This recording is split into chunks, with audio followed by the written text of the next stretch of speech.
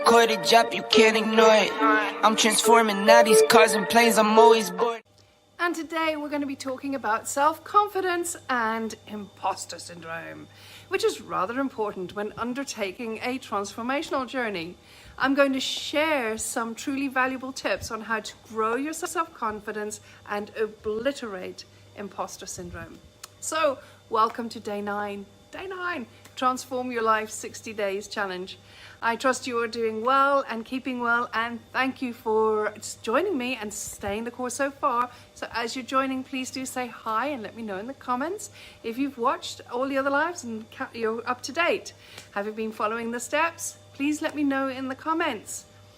Or if this is your first one, please do let me know. Put first into the comments, okay? If it is your first one, please do go back and go through the previous lives, because they all build on each other.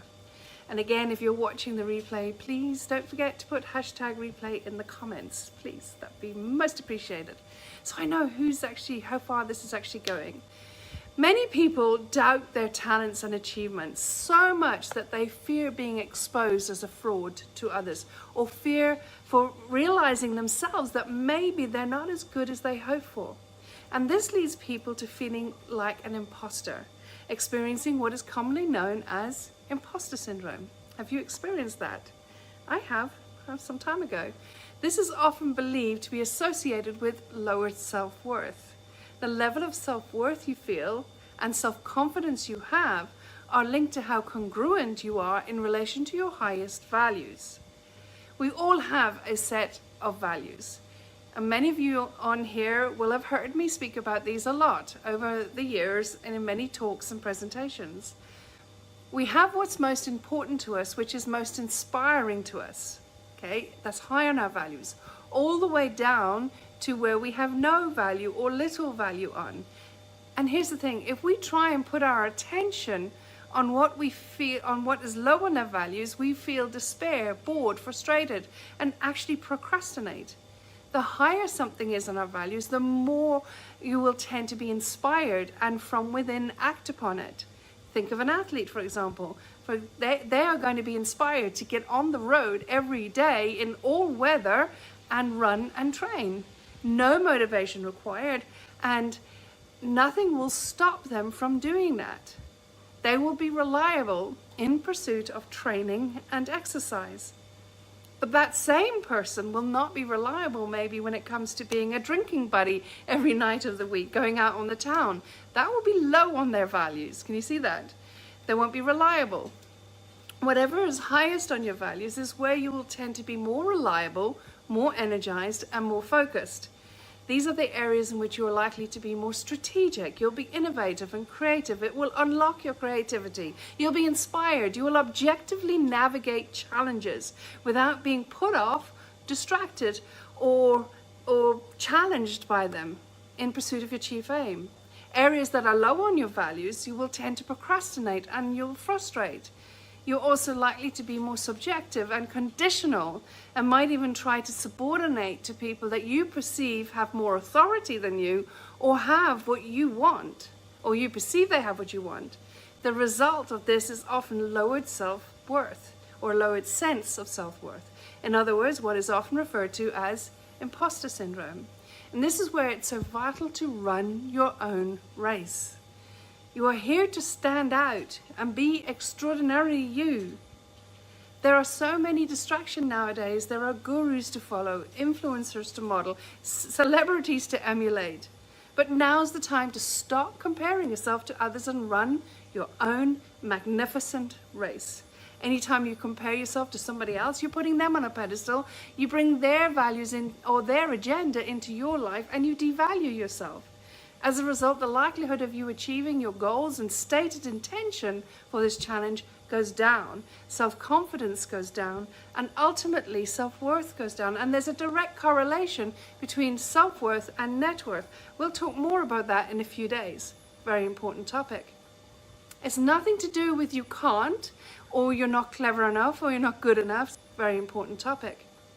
It's nothing to do with you can't, or you're not clever enough, or you're not good enough. It's got nothing to do with that at all. It is a normal biological, physiological response and feedback to let you know that you're not living authentically in alignment with your true self and your values. You're trying to be someone you're not, essentially. We all do it at some point, and it feels like you're wearing a mask. Okay? And that mask gets so familiar that the thought of taking it off is terrifying, because it becomes a bit like a safety blanket. Okay, doesn't it? It becomes like comfortable. I remember that was where I was. That's the same place I was many, many years ago. It was about, oh gosh, this must be about 25 years ago now. It was during a time when I was taking a lot of overdoses in my life, and it was a mess. My heart was yearning to be heard. My soul was crying out to be recognized. But I'd gotten trapped into a life of looking outside of myself for fulfillment and for belonging and for acceptance and for being good enough, subordinating myself. But what I realized the moment I woke up from the coma of that last overdose I took, was it was time to drop the mask and start exploring the truth of who I am.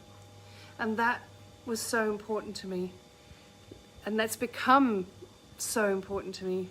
Living in alignment with my values. Yes, it was scary, but my gosh, it was so worth it. The moment you compare yourself to others and try and live in other people's values and try and be somebody you're not, your life is one of frustration and lack.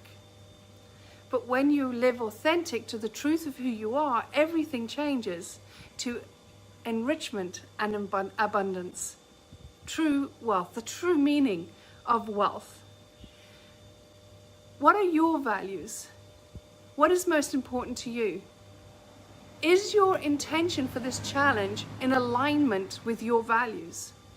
Where are you not living in alignment with your values, with who you truly are, really are? Where are you subordinating? And how can you shift back to your authentic self? Let me know in the comments if you've got any questions. Tag me if you've got any questions. And again, there'll be more prizes and giveaways later on this week. So keep up the good work. Don't forget to complete your workbook. Okay, I'm going to need case studies of this incredible journey you're on.